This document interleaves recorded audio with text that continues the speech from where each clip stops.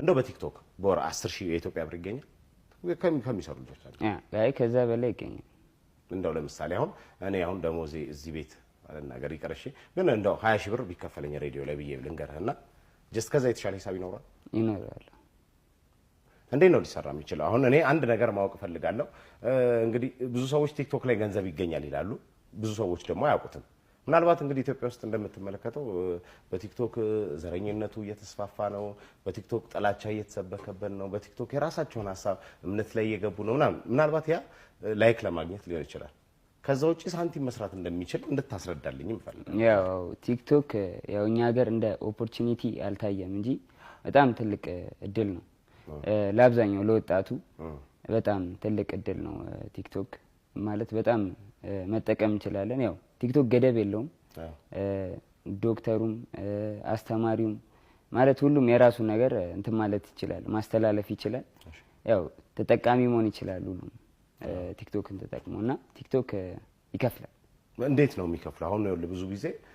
ብዙ ተጠቃሚዎች ይሄን ነገር አያውቁትም አሁን ለምሳሌ ዝም ብሎ የፖለቲካ ነገር ያነሱ ከሚለጥፉ ሰዎች ሳንቲም አግኝተው አብዛኛውን ሰው ወደዚህ ደረጃ የሚደርሰው ሳንቲም ስላጣ ነው በያስባለሁ ስራ አጥነቱ በሚበዛበት ሰዓት ላይ ወይ ተሳዳቢ ትሆናለህ ምናምን ብቻ በዛ ዝነኛ መሆን የሚፈልጉ ሰዎች ይኖራሉ ከዛ ውጪ ሌላ እይታ አለ ሳንቲም ይገኝበት ከተባለ እንዴት ነው ሊሰራ የሚችለው ጀስት አንተ ደግሞ ብዙ ልጆችን አግዛሃል የሚል ነገር ሰምቻለሁ ብዙ ልጆችን ወደዚህ ስራ እንዲገቡ አርጋሃል የሚል ነገር ስለሰማው ያቺን ነገር ነው ብታብራራል ያው ቲክቶክ ላይ ያው የተለያዩ መንገዶች አሉ ክፍያ ለማግኘት እስቲ 3 መንገዶች አሉ 3 መንገዶች ላይ ያለ ነው እሺ 3ቱን መንገድ ብነግረልኝ ብዙ ወጣቶችን ታደምልኛለህ እየስላሰብኩ ነው የመጀመሪያው ቀጥታ ከ10,000 ፎሎወር በላይ ያስፈልጋል የመጀመሪያው ለማስጀመር እሺ 10,000 በላይ ፎሎወር ያለው ሰው ያስፈልጋል 10,000 በላይ ፎሎወር ያላቸው ሰዎች ሞኔታይዜሽን ማስጀመር ይችላሉ እንደ ዩቲዩብ ማለት ሞኔታይዜሽን ይባላል በቪው ክፍያ ማስጀመር ይቻላል እሺ እና በመታገኘው ቪው ክፍያ ይከፈላል ማለት ነው ለምሳሌ ዝም ብሎ በለጠፉት ነገር ብዙ ቪው ካገኙ በእይታው ብቻ ሁለተኛው ደግሞ እንትን አለ ኤድ ሲቲንግ አለና እሱን ታስተካክለና የተለያዩ ማለት ዓለም አቀፍ የሆኑ ብራንድ ድርጅቶች አሉና እነሱ ምርታቸውን ማስተዋወቅ ይፈልጋሉና ያወጣሉ እነሱ እዛ ላይ ተመዘገባለ ዳሽቦርድ አለው ስንሰራ ስንታገኘ ትሞላለህ መጀመሪያ ክፍያን ትሞላላችኋለህ ከስንት ጀምሮ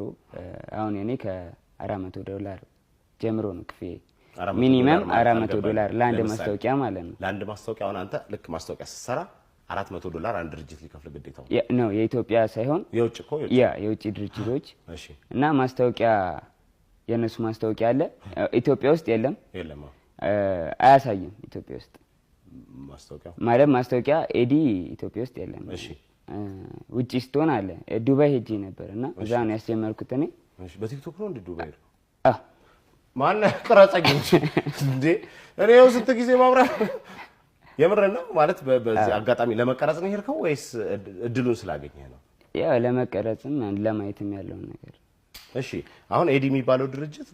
ነው ድርጅት ሳይሆን ኤዲ ማለት አድቨርታይዝመንት ነው ማስታወቂያዎች የተለያዩ ድርጅቶች ማስታወቂያቸው እንዲታይላቸው ይፈልጋልና ውጭ ሀገር ያሉ ሰዎች አሁን ስክሮል ስታደርግ አንተ የሰው ቪዲዮ ነው ይመጣል አይደል ማስታወቂያ ግን አድ ካረክበት ያንተ ቪዲዮ ከመምጣቱ በፊት ሰው ያኛው ማስታወቂያ ያል ከዛ ነው አንተ ቪዲዮ የሚመጣው ማለት ነው ስለዚህ እቺ ማስታወቂያ ትታይና ከዛ አንተ የምታቀርበው ማስታወቂያው የሚታይበት ለአንተ ይከፈላል ጀስት እንደ ዩቲዩብ ማለት ያ